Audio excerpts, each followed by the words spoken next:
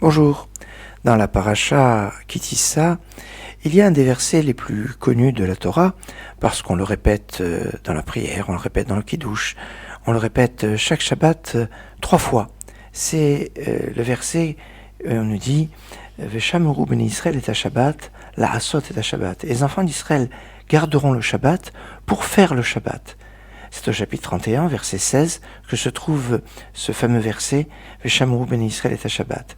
Ce verset et le suivant d'ailleurs, ces deux versets, sont lus en introduction de la prière du vendredi soir, de la Mida du vendredi soir, juste avant le Kaddish, et donc considérés comme des versets de protection. Veshamru, les enfants d'Israël garderont, et le Shabbat les gardera, les protégera.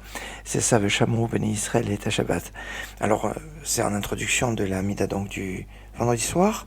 C'est dans le corpus de la Mida du samedi matin, puisque chaque Amida le jour du Shabbat est différente dans sa partie médiane, entre la Amida du vendredi soir, celle du samedi matin ou celle du samedi après-midi.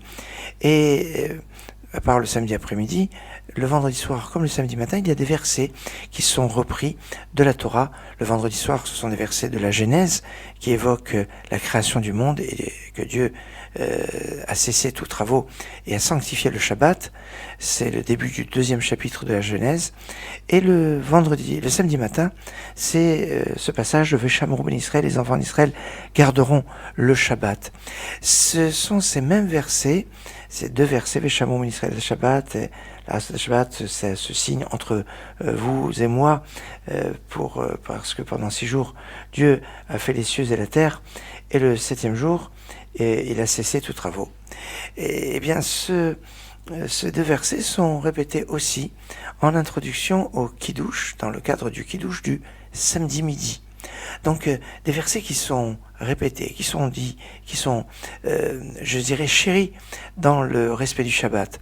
Alors, ce serait peut-être bien d'essayer de réfléchir sur leur sens. Veshamuru b'nei Israël et Shabbat. Les enfants d'Israël garderont le Shabbat. Alors, ça peut avoir le sens du respect, de ne pas faire les travaux. Il y a 39 travaux originaux avec tous leurs dérivés qui sont interdits le jour du Shabbat, mais aussi les takanot, les interdits que les sages vont rajouter. C'est ça, Veshamru, comme on le retrouve en introduction à l'ordre des 10 commandements qu'il y a dans le livre de Devarim, dans le Deutéronome. Shamor et Yom HaShabbat et Kadesho, garde le jour du Shabbat pour le sanctifier. Et c'est d'ailleurs la version qu'il y avait sur les 2e tables de la loi, celles qui n'ont pas été détruites, celles qui n'ont pas été cassées. Shamor et Yom HaShabbat, les Kadesho. Alors c'est ce principe qui est un petit peu le complément de Zachor et Yom HaShabbat et Kadesho, sanctifie. Souviens-toi du jour du Shabbat pour le sanctifier. C'est ce qui est marqué dans la première version des 10 commandements, celle qui se trouve dans l'Exode, dans la paracha Yitro, et qui est l'aspect positif. Ce souvenir, c'est le Kiddush, c'est tout l'aspect positif, actif du Shabbat, alors que le Veshamru, eh bien, c'est le côté passif, c'est le côté de tous les interdits, les travaux interdits le jour du Shabbat. Ça, Veshamru b'nei Israël et Shabbat. Mais ça peut avoir un autre sens, Veshamru b'nei Israël et Shabbat. Les enfants d'Israël vont espérer au Shabbat, c'est-à-dire que pendant toutes les semaines, eh bien, on va espérer le moment où le Shabbat va rentrer. C'est ça, Shomer Shabbat. Quelqu'un qui garde le Shabbat dans le sens qu'il espère, comme on dit à propos de Yaakov, de Jacob, qui, quand il entend son fils Yosef raconter ses rêves, on dit « Vive Shamar et Tadavar ». Et son père avait gardé la chose. Shamar, c'est exactement ce terme. Mais, comme l'explique Rashi, il l'espérait quand ce rêve allait se réaliser. C'était l'espérance de la réalisation de ce rêve.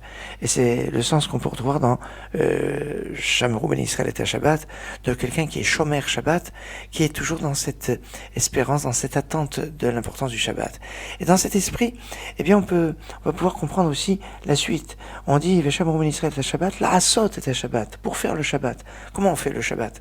Alors, première explication, pour faire le Shabbat, Shabbat on fait pas, justement, c'est le jour où on cesse tous travaux. Non, on va nous dire non, ce sont les travaux qu'on va faire avant le Shabbat pour avoir un Shabbat qui soit bien préparé, qui soit comme il le faut. Mishetarar berev Shabbat yochal beShabbat, celui qui s'est fatigué la veille de Shabbat pourra manger le jour du Shabbat. Ainsi, le Shabbat va avoir ce sens puissant d'obligation de préparation. C'est ça la asot et la Shabbat, pour faire dans les préparatifs du Shabbat. Ou alors, deuxième explication, la Hasod est un Shabbat pour faire du Shabbat. Comment on fabrique du Shabbat? Eh bien, le Shabbat, quand le soleil est couché, eh bien, il est rentré de lui-même. On va faire du Shabbat à partir du moment où on va faire rentrer le Shabbat avant le coucher du soleil. Et ça se fait en général 18 minutes avant le coucher du soleil, c'est l'horaire qu'on retrouve dans les calendriers. Mais actuellement, avec le couvre-feu, bien, on est obligé dans les synagogues, pour pouvoir finir l'office avant le couvre-feu, bien de faire l'office plus tôt que cet horaire de 18 minutes avant le coucher du soleil, ce qui va impliquer qu'on va faire rentrer le Shabbat avant et qu'on va faire du Shabbat.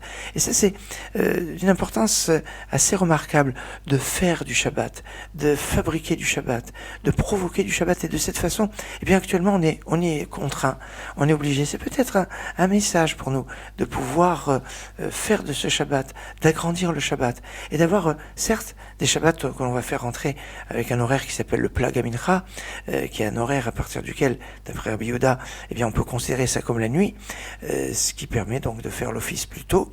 Et en général, on utilise cette opinion quand on est en été. Le soleil se couche très tard et qu'on ne veut pas faire manger toute la famille trop tard, alors on fait rentrer le Shabbat plus tôt. C'est un petit peu ce qui se passe en été. Mais en hiver, fin d'hiver, au printemps, on n'est pas amené à faire rentrer le Shabbat si tôt. Mais actuellement, eh bien, la situation sanitaire, la situation nous oblige à faire rentrer le Shabbat plus tôt, et ça doit être perçu comme un bonheur. Et c'est vrai qu'on va avoir des Shabbatot de 26 heures, puisqu'on va faire rentrer Shabbat plus tôt, mais 26 c'est la valeur numérique du nom de Dieu, et un Shabbat de 26 heures, eh bien, c'est une bénédiction. C'est une bracha, c'est un symbole très fort. La Hasot est un Shabbat. Les enfants d'Israël garderont le jour du Shabbat. Ils vont espérer dans ce jour du Shabbat pour faire du Shabbat, pour, entre guillemets, fabriquer du Shabbat, pour faire rentrer dans la semaine la sainteté du Shabbat. Shabbat Shalom, Git Shabbos, Shabbat Shalom, Umevorach.